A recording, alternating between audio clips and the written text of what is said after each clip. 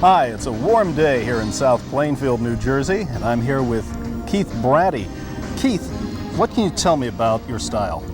Well, my style is a combination of traditional Koga ninjutsu with other martial arts such as karate, Shotokan, kung fu, and Tae Kwon Do. And where's your dojo? It's in Irvington, New Jersey. Okay. We're going to be seeing you do a kata with that katana, that long saber. Who taught you that kata? Well, the chief instructor of Ninja University taught me, Master Eugene David Floyd. Mm-hmm. How long have you been studying with that weapon? I've been studying with this weapon since I was a white belt 2 Qs. How long ago was that? That was 2.5 years ago. 2.5 years. You know, one thing I noticed is that you, as we stand together, you're just about a little over, I guess, 5'2" or something, and yet you're using a full man-sized katana. Isn't that a little bit awkward for you? Well, we first start out with it, but then after a lot of practicing and a lot of exercises that are given to you by the instructor, it doesn't bother you. You appear to be quite comfortable with it. Yeah, I think so. Yeah. Okay. And your kata that you are demonstrating just seems to flow over the ground very nicely. You seem to cover a lot of ground. What are you thinking about when you're doing that kata?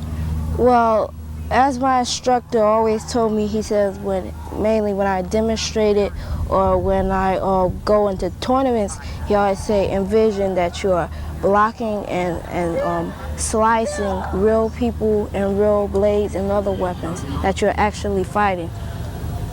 Well, we're seeing a great deal of control of that weapon, a great deal of concentration in your execution. Keith Brady, thank you very much for being with us today. Okay, thank you. Hi, Cindy Ming here with this week's self-defense segment with Shihan Michael DePasquale. Michael, welcome to the show. Pleasure to be here. Always a pleasure. Thank you. I think something's going to be going on here now. Why don't you explain to the folks at home self-defense tactics? Well, the first thing I'm going to explain is that it doesn't start with just the self-defense end of it. It starts with the precautionary measures. Always look around you. Your surroundings are very important. So when you're walking from one destination to another, whether it be from a mall to the car, or from your house to your car, or from your car to your house, always be aware of the situations around you. Be aware of the cars. Make sure there's no one standing next to the cars. Make sure that when you're walking down, say, a parking lot walkway, that there's no one following you. And if there is, secure yourself by making sure you make a U-turn and go back into the building. Same thing with when you're in a store. If you see someone following you, immediately try to find a security officer, somebody that you know that you can trust that will take care of the situation. I think that for the most part, no matter where you are, whether it be in a store, whether it be at your house, when you're getting out of your car, make sure that no one's following you into your house. Make sure that it's well lit, your house. Make sure that you're walking in areas that are always well lit, as well as yourself, your children. But what we're going to do here is we're going to show you a situation that pertains to somebody walking through a door and not expecting somebody to come from behind and grabbing them in a chokehold. Okay, bringing them back, which is probably one of the most common attacks. That's right. Okay, excellent. Let's see it.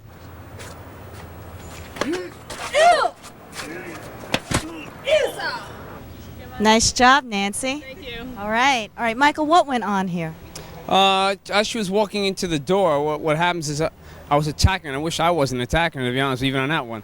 I was choking her around the throat from behind, which is a very common attack. I think that this is one of your more common attacks. A real hard choke from behind, grabbing, pulling away from the door, and then obviously pulling into the car, whatever the situation may be. But unfortunately, and fortunate for her, that I never reached that point. Okay, and that's what we're trying to simulate here. I noticed that she used the environment. She used the door to disable damage. Yes, to move me into the door, lose my balance, and then from there turn me around, strike with the foot to the groin. Again, primarily jiu-jitsu lock, which is a kotagaeshi technique, wrist lock. Can we do that a little slower for the audience? Absolutely. Okay, you folks at home, take a look. As she's walking into the door, I'm grabbing around the throat here. She's grabbing the wrist. As you can see the hand here, it's a lock, kotagaeshi wrist lock. Okay? From here, she's striking the groin, weakening me from this side, and just pulling me straight out, locking, and bringing me into the door. Then from here, just pulling the arm.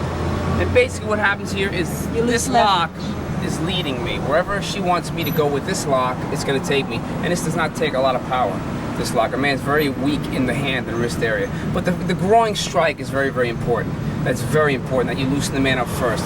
I always try to incorporate in the self-defense program with the women especially the striking methods first, the karate striking methods, which deal with the groin area, the throat area, the eye area, before you go into the self-defense technique itself. Okay, very good. Thanks again, Nancy. You're welcome. Thank you. Michael, you cover this bi-monthly in your magazine, don't you? Yes, we cover self-defense tip bi-monthly. In this magazine here, we have a self-defense safety for children's tip in this magazine here. And this magazine does come out bi-monthly, yes. It's the Federation of Martial Arts Crusade Against Crime column that we have in here. Rich Faustini writes the column. Thank you. Oh, pleasure. See you next week. George Strickland for the martial art world, and we're here at the Delaware Valley Continuous Contact Karate Championships. And I'm talking with the tournament director and promoter, Ric Pascetta. Beautiful tournament tonight. Thank you, George. I'm glad to see you people could come out and give us a little exposure here on Martial Arts World. I want to make a correction, though. I'm not the sole promoter. My partner is Joe Martinelli from the Atlantic City area, and if it weren't for his efforts, we probably wouldn't have this event here today. It's Suitors. Well, you definitely put on a beautiful show tonight. Tell us how all this started. Well, it really started with a phone call from Joe Martinelli, who said, gee, I'd like to get him back involved promoting some karate events. And he had been involved in martial arts about 15 years ago, and he said, I'm out of touch with the fighters, and what do you think about doing some kickboxing? And my response was that I think we should try something a little different, a little bit new.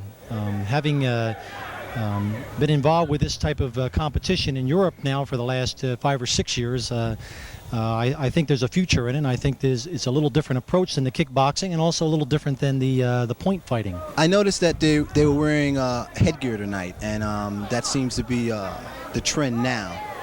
What are your views on the headgear? Well, first off, I think the headgear is necessary. As the fighters become more and more refined, there's more of a chance for injury. Not just an injury from being struck or kicked by another fighter, but from falling to the ground. And I think the people want to see the action. They want to see some contact. But on the other hand, if we look at boxing and even some of the kickboxing, we've seen some serious injuries. So this is something in between, something that's exciting, it's moving, there's a lot of action. However, we don't have fighters walking around with their nose half across their face, or a thumb in the eye, or a cauliflower ear. By the way, I might also add, this is an event which follows the WAKO format, which is an organization, a world organization, World All-Style Karate Organization, whose really bases in Europe. And this year they're having their first World Championships in Atlantic City in November, and that's being promoted by Dr. Eddie Andujar.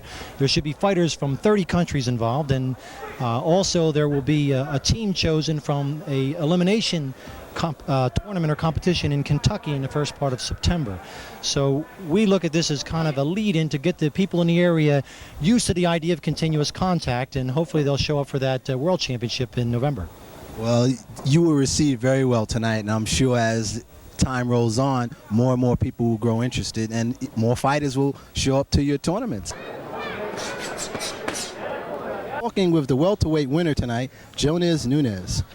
You do full contact fighting and kickboxing. There must be a serious training regimen that you must keep up in order to participate. Tell us about that.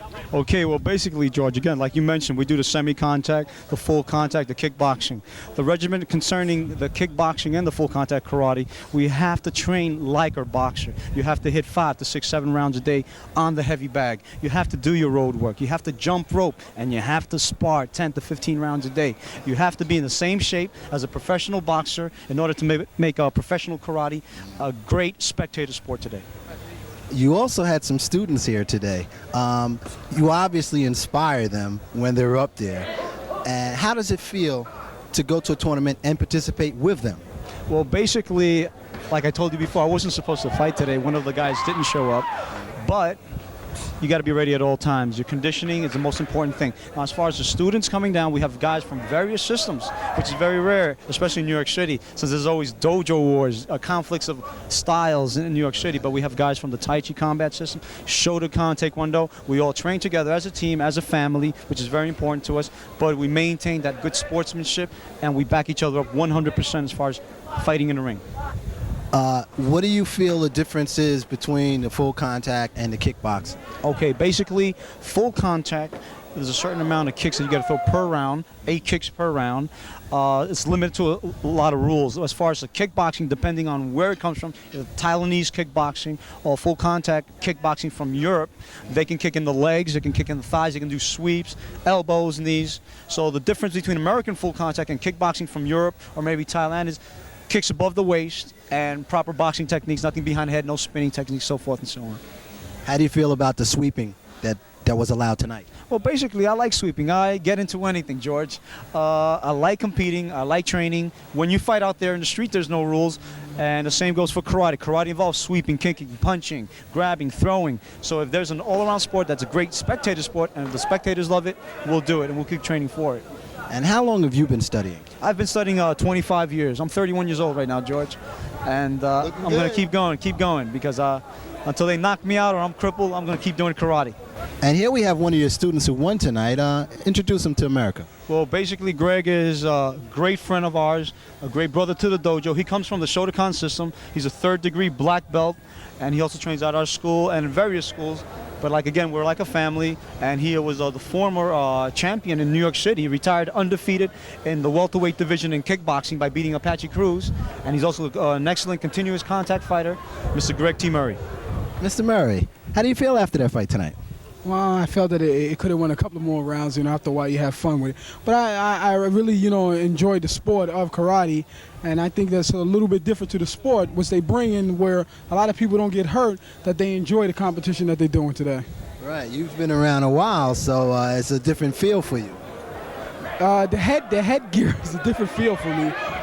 Because it's like sticking out about a couple more inches where you can get hit with anything, and the bobbing you can't do with the head because the headgear is so big.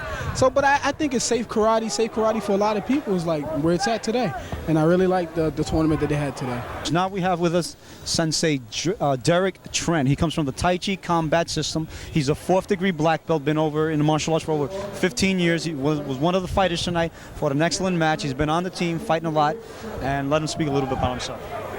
Pleasure to talk to you. How do you feel tonight? I feel great. I feel fine.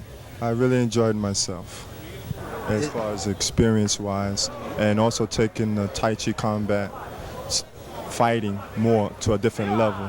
Not just only practicing it, but put it in actual combat with the thanks of Shihan Jonas.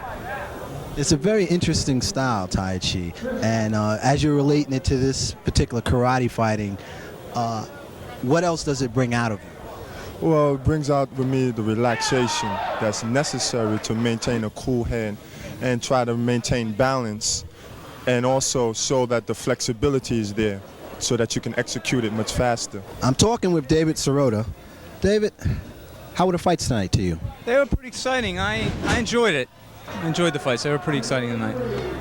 As you look at this now, what do you see in the future for it? I like the way it went off tonight, and I feel that it's going to grow. I think it's going to become more popular, especially this type of fighting, continuous contact. I noticed tonight a lot of people were cheering and applauding for the takedowns, the sweeps.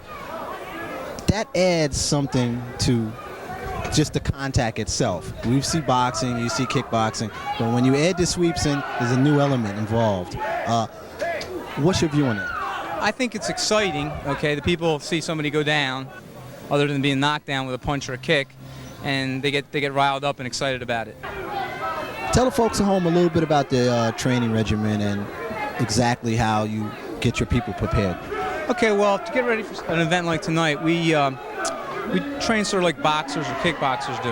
But also now, with the advent of the new fist equipment that just came out, we've been using that extensively. How does that enhance the training? Well, it works on our stamina, okay? We can put the equipment on a person, and he becomes literally a heavy bag, a human heavy bag. And he moves around. It's not stationary, so we can move around and work with that. So it really works the stamina. Movement, side to side, back and forth, that type of thing. What's the basic difference between continuous contact and full contact? Well, in the full contact competition, you're fighting in a boxing ring and you are fighting continuously, but the object is to injure the other guy. It's to knock him out or incapacitate him at best, and if not, at least show a dominance in the ring. In the continuous contact, the object is to control your technique, and you win on strategy, finesse, the execution of your technique, the cleanness of your technique, the balance between hand and foot strikes. So there's quite a distinct difference. It's much more towards a traditional fighting in the sense that the gearing is towards control and technique. Now, obviously, there's still an overlap. Well, what about the rules as far as in the ring? What are the differences there? Well, first off, in both the continuous and the full contact, there is generally a 10-point must system that's used. However, in the continuous contact, there's no tie allowed. Besides that, there are penalty points given for excessive contact. Of course, in full contact, if the guy knocks you out, he's going to win the fight. But in this, he has to be able to hit you and hit you continuously in every way that he can, with a combination of both hand and foot techniques and sweeping techniques, and show himself to be more effective, but not just by overpowering you by sheer brute force. I mean, a Mike Tyson is going to take a hit just to lay that bomb on you. But here he would lose, you see, because it's based on the finesse. And of course, Mike has finesse too, but obviously he's more known for his power. Well, Rick, I want to congratulate you on a successful exhibition here tonight, and much continued success to you. Okay. George, thanks so much. George Strickland for the martial art world, and it's a pleasure to be standing in a group of very fine patriotic martial artists, and you'll find out why I'm saying patriotic shortly. Mr. Yu from Yu's Black Belt Institute, where did this idea for the music come up? This idea came from Grandmaster Jun Ri. He's created all these forms, and we're just proud to be use this form to show this country as be patriotic and disciplined.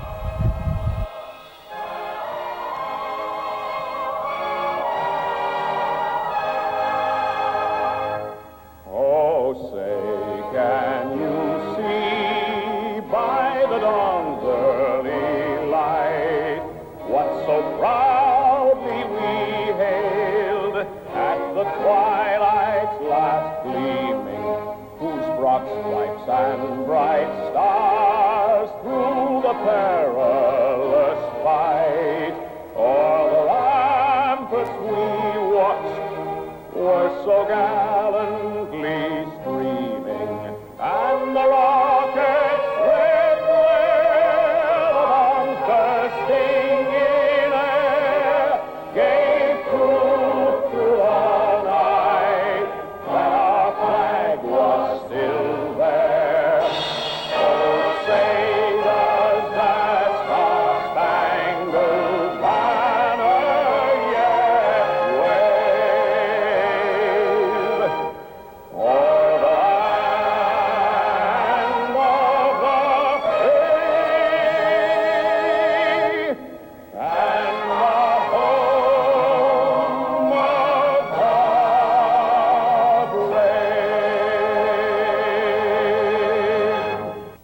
Yes, I feel very patriotic, but as well I feel chills because I'm doing something for my country and I'm combining the Eastern and the Western culture. We're taking our national anthem and combining with the martial arts of the East and making something that's so beautiful, and it actually just sends chills through my body. We can do other music, but yet this just seems to make it all more worthwhile and much more rewarding for ourselves to perform it, and we just love it. It's very enjoyable for us. I just want to wish you all success in this tournament and every tournament, and continue doing the things you're doing, because it has a flavor and a flair to it.